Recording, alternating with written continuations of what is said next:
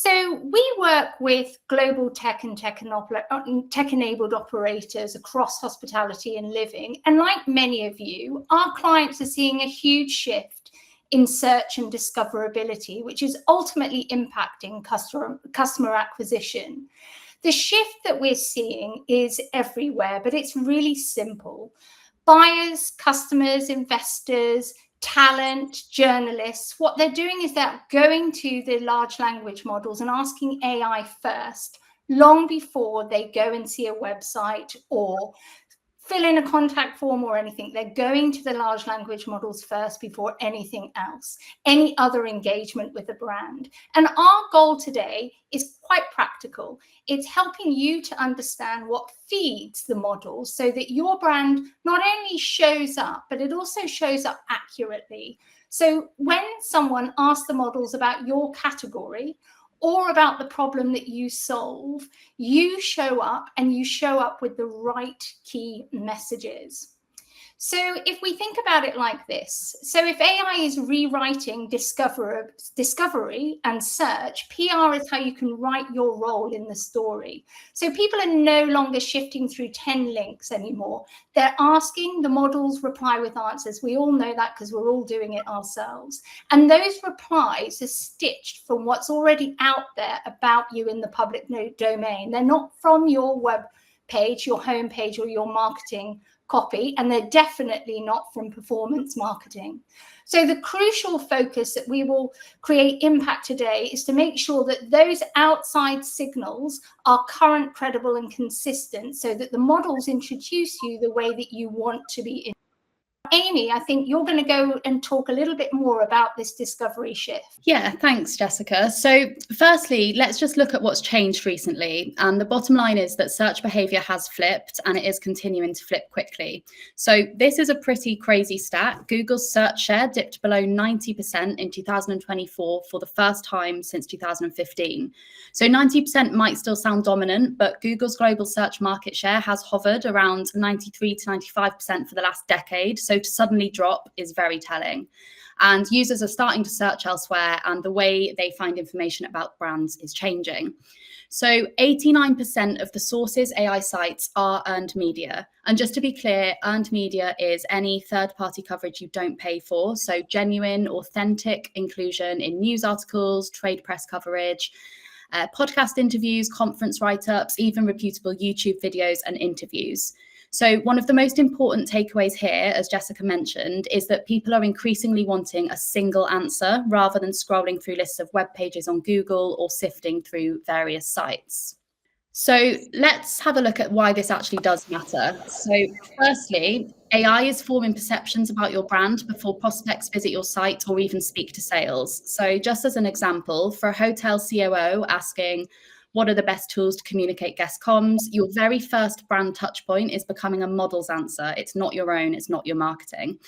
So what they say about you will then influence that user's next steps, whether they do go onto your website, whether they check you out, or whether they actually just scroll past and ask something else. Secondly, it pulls from what's already out there, and it's not your messaging, it's not your depth. So language models quote third-party sources because they're viewed as neutral and unbiased. The LLM's jobs are essentially to give users the most credible, fair, and factual information available. So they're not going to go off what you've said about yourself, but instead what other credible voices have said about you. Language models cite information from third-party sources because they are viewed as neutral, unbiased, independent, and therefore they're just higher trust than your own website. And basically, if you're absent or you're misrepresented, you are already losing control of the narrative. The reality is that if you're not showing up in these neutral outlets, the model will either leave you out or it'll fill a gap with out-of-date information that it can find. So there are two questions that every tech brand or tech-enabled operator should be asking themselves right now. One is related to visibility and the other is about reputation. So the first question related to visibility is, are we showing up when someone prompts about our category or the problem that we solve for? And then the second question around reputation is, if we do show up, what's actually being said about our brand? And perhaps even more importantly, how do we compare with what's being said about our competitors? So what's important here is building your brand as a clear category leader. If your competitors are showing up and you're not, you've already ceded visibility and influence to them. You basically don't exist. And if your competitors are shaping the narrative because they've got consistent press, updated citations and commentary, they're basically out there being the source that the models are finding, then they're also shaping how you're being benchmarked. So just looking then at how LLMs learn about your hospitality tech brand, firstly, no ad spend, metadata or SEO hack will get you cited. So unfortunately, you just can't buy your way into LLM answers. Language models do ignore paid placements. They don't pay attention to keyword tricks, and they are just going after those sources that are impartial and informative. So this stat here is specific to ChatGPT. So 61% of ChatGPT's brand references come from editorial sources. And what this tells us is the quickest way into the answer box on that platform is still classic reporting. It's not marketing. And brand authority is now a product of perception and not promotion. So basically, the market decides who leads by reusing what credible observers say. Your job, or our job as peer experts, is to give those observers accurate, memorable facts that they will then repeat. So looking at what actually drives inclusion in AI answers, there are 4 main levers to pay attention to. There's obviously a lot going on, but these are the 4 when it comes to inclusion that AI really pays attention to. So the first is citations. LLMs do rate published journalism and analyst notes far above ads and self-promo. So it's getting those secured mentioned in outlets that the model already trusts, and this will get you that reach and credibility. The next is sentiment. So the sentiment of each story, whether it's supportive or critical, it feeds straight into AI's view of your brand. So that's why it's really important to aim for clear and constructive coverage. And then also context. So when reporters place you inside broader themes like sustainability or product innovation, the model then learns that you are relevant to those conversations, and it will then retrieve you for those related prompts. So it is important that you're not just putting out product updates and announcements, but actively contributing to industry conversations, trends, and insights. And then finally, volume. So fresh, frequent articles do keep you top of mind. And when the LLMs do refresh and index, you will be pulled up. And long gaps out of the media, it does push you out of the model's memory, and it will start surfacing outdated and old information. So what we need to do really is start treating PR as more than just coverage, and instead reframing it as data that actually travels. So media coverage is never just a standalone piece. It gives data that feeds an entire ecosystem. So a trade article, for example, can feed Wikipedia. It shows up in Perplexity and Gemini's retrieval. A news article is far more likely to be discussed and shared on Reddit than as opposed to a blog from your own website. And basically feeding all of these additional channels and platforms is essentially forming the scaffolding of who is who in a category. It's all about feeding the LLMs with reusable facts through third-party sources and tapping into your category, who you serve, what you've built, and the outcomes then that you drive. So, Amy, what is really important here also, it's so interesting around how we're now looking at PR as data sources, basically, or the outputs as data sources. And, you know, we always talk about the fact that it's not really about the coverage. Like, that's just tactics. It's not about the unique visitors. Again, that's just a metric that's kind of a vanity metric. The things that are important here, that the data that then feeds the models, is all around key messaging, reputation, credibility, all those things that are so important to sort of build the memory of the models. And AIs they learn from repeated exposure. So while search crawls can provide a live index, the large language models are also building memory from regular patterns. Frequency and authority are really important as well on this. So one mention just doesn't cut it. And if you say, for instance, appear just once and then disappear for a year, say you're doing a launch campaign or you're doing a product campaign and you kind of just do a one-off thing and then disappear, you won't survive the summarization. So any kind of minimal bursts of activity are okay, but they're not really good enough. It kind of means little. You need to be appearing regularly with consistent language across multiple trusted sources. And those sources aren't just your earned media. They are your LinkedIn page, they're your Wikipedia, they're your Crunchbase page, all of those places. And having consistency in tone means that it's easier to retrieve. So using earned media and strategic comms is how you reinforce the right narrative over time. It's providing a sort of a predictable stream of credible stories and a strong narrative with your real key messages in it that keeps the model's memory going and keeps it with your current positioning as well, so that it's every sort of new snapshot reflects the brand that you are today, not the one that you were, say, 2 years ago.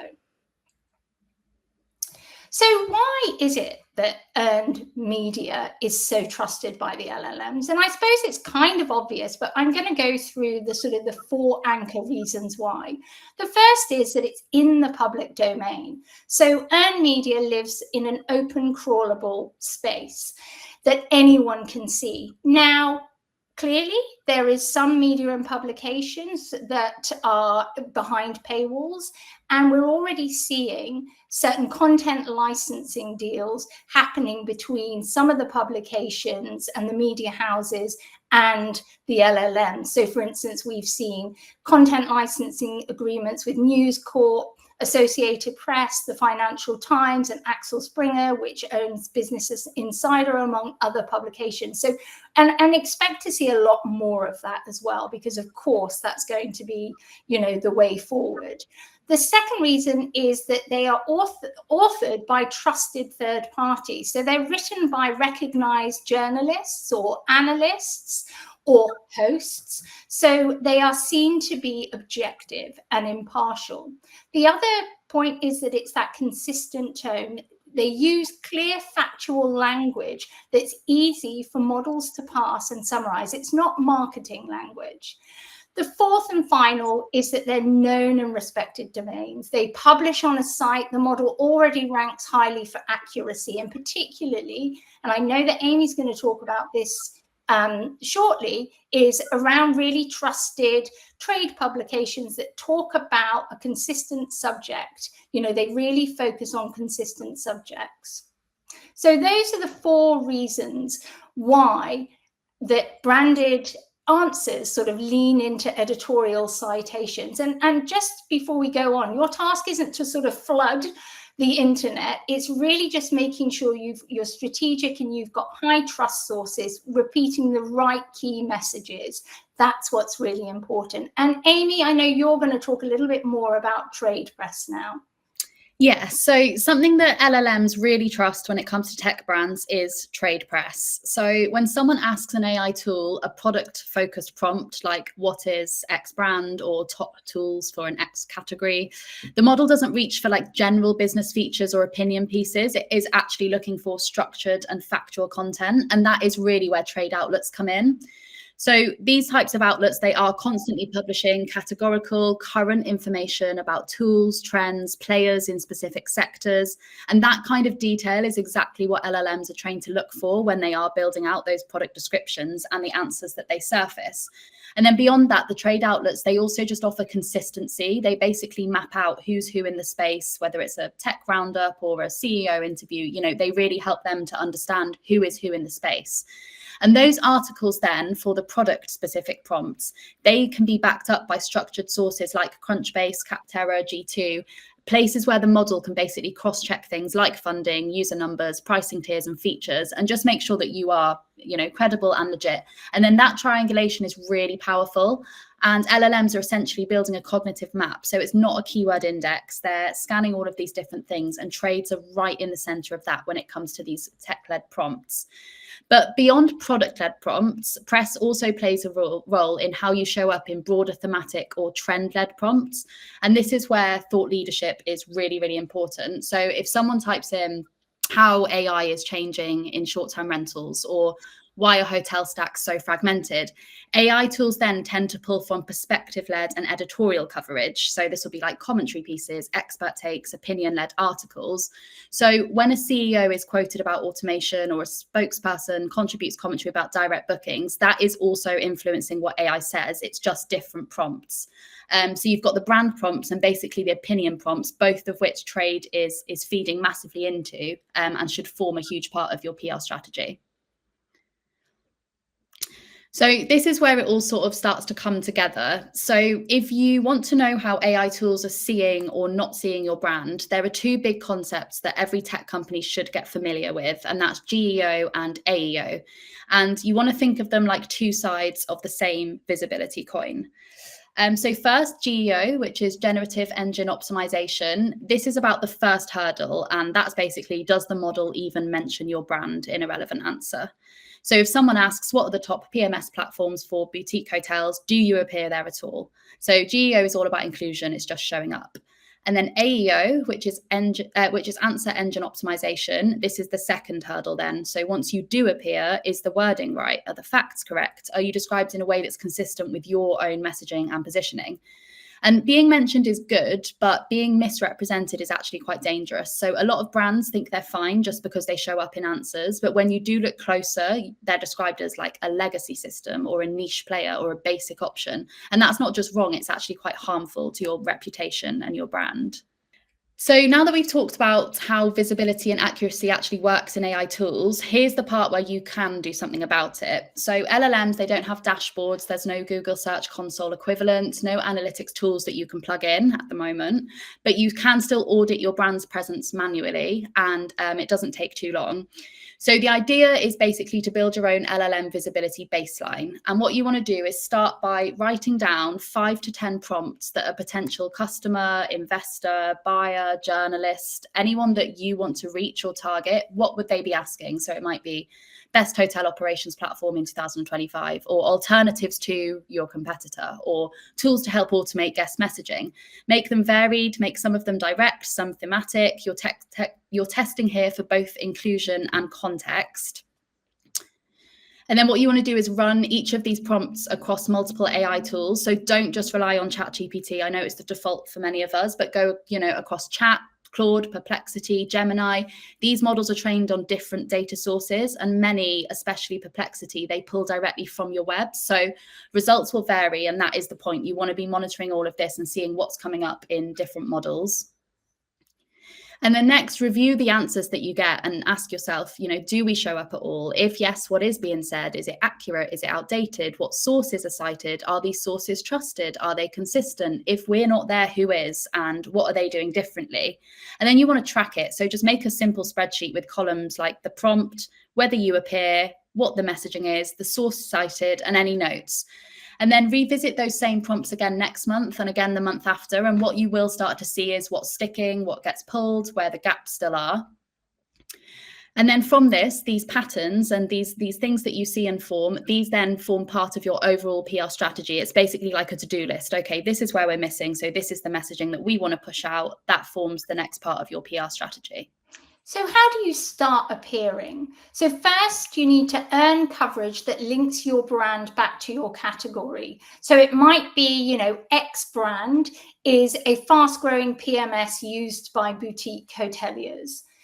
The next thing is to reinforce that category across all surfaces. And by that, we mean your LinkedIn, your Crunchbase, your executive leadership's LinkedIn, any places where you are, directories, all of those things, your YouTube channel, make sure it's all really consistent, using consistent language. And that's also about not using vague language either that any software might use. Be really kind of descriptive about what you do and who you do it for. Then the third is repeat it, and repeat it often. As I said before, one mention or one burst of activity just is not enough. The LLMs need volume and repetition from multiple trusted sources in order to train the models. And then finally, be part of the narrative. Get quoted in opinion pieces and topics that matter to your customers. Create thought leadership. Talk about industry trends. And I'm just going to make a little point here. Don't be worried about being in the same articles as your competitors. That is absolutely fine. So make sure that you're in those. You want to be in those as well. So don't avoid being within the same page, if you like, as your competitors. I now want to talk a little bit about data and third-party credibility. Now, I've worked in tech, in hospitality for quite some time, and we always try and encourage our clients to do data storytelling. and to be really leading with data insights. And it's always quite difficult to get them to do it for various reasons, but it's so important. And it's even more important today than it was before, because the models love hard numbers that are part of a useful story. So focus on data stories. But the other thing that's also really good, where you can bring data points in, is impactful case studies of your customers. So being able to kind of do campaigns that are led by your customers, and the impact that you've had for them is also, you know, really good, because you can start to sort of talk numbers in anything that you've got there, which of course the models then bring up the numbers for you as well. So try and build it as campaigns as well, rather than just one-offs as well. So if those data stories are found in multiple places, that is far stronger than just in one place.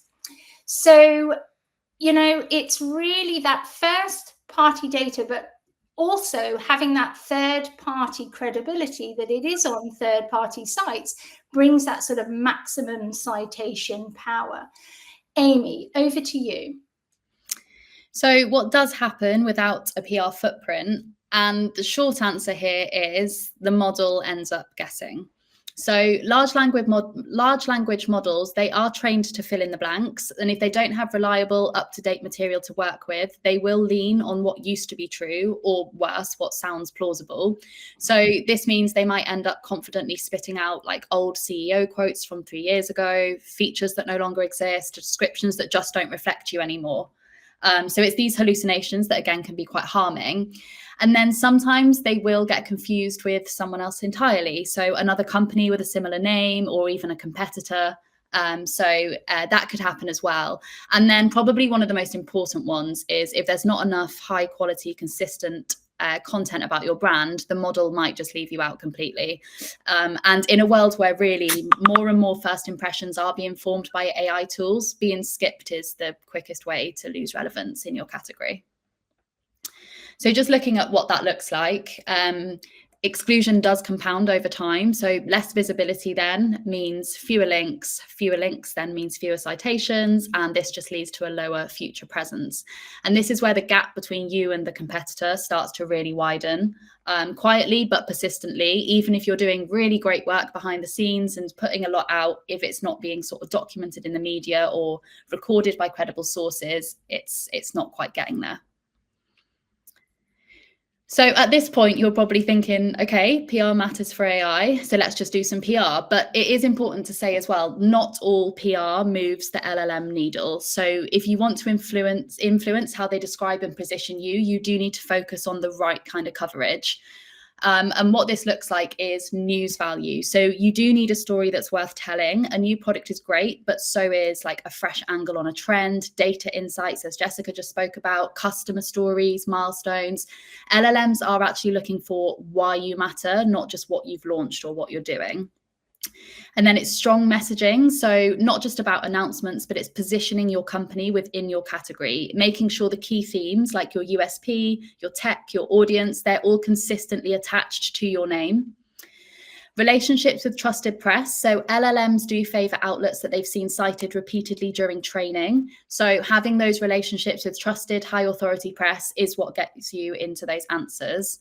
And then distribution as well across high authority domains. So where the story lands, of course, it does matter. As we've already discussed, LLMs surface the most trusted and credible outlets. So you need to be working, your PR strategy basically needs to have, trusted built relationships with journalists, relationships with the right press, a strategy to get across the right messaging and news values. And then you should see yourself start surfacing in those answers. So what to do next? To summarize, the first thing that you should do is monitor how you're showing up in AI, audit your brand, monitor responses, and do it over a period of time. Then secondly, it's aligning your PR and your structured profiles, making sure that you've got a clear category messaging. So those structured profiles are things like your LinkedIn, Crunchbase, your executives' LinkedIn, your website also as well. It is important that all those structured key messages are in there. And then thirdly, it's act. frequent earned media, repeat key framing reinforcing everywhere. So remember, you're not just earning press anymore, you're actively training the models. Now, I'll say something else on this, is that PR really, again, it's never really just been about coverage hits. It is about brand credibility, visibility, trust, influence, and encouraging action. So those things are all super important, even more so today.